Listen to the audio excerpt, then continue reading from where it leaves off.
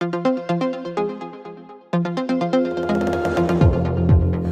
to Space to Ground. I'm Kayla LaFrance. As the new arrivals to the International Space Station settle into their new routine of life in orbit, one spaceflight veteran is making history. On Thursday, NASA astronaut Frank Rubio celebrated his one-year mark since his arrival to the orbiting laboratory on September 21st, 2022.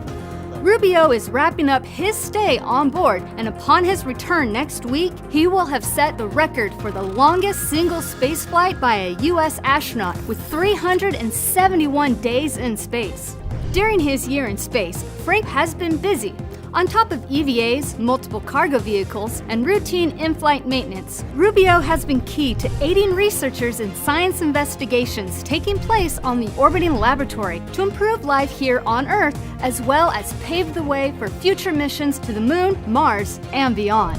Investigations such as SOFI Gel, which studies burning in microgravity to help researchers select safer materials for spacecraft and determine optimal fire suppression techniques. And Surface Avatar, which evaluates the command of multiple autonomous robots from space.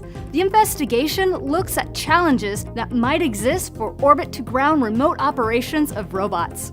He also tended to space tomatoes and participated in multiple human health studies.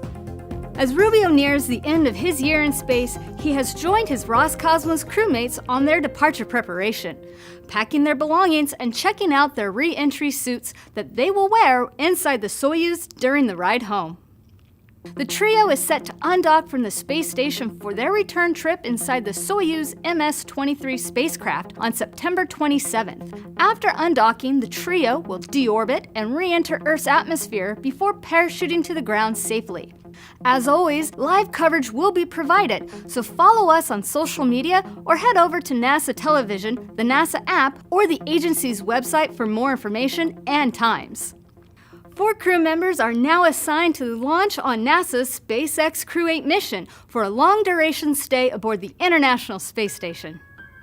NASA astronaut Matthew Dominic will serve as commander, along with pilot Mike Barrett and mission specialist Jeanette Epps.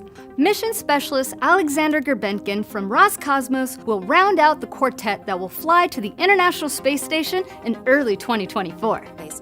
Also this week, NASA has assigned astronaut Tracy C. Dyson to her second long-duration mission to the International Space Station as a flight engineer on the Expedition 70-71 crew.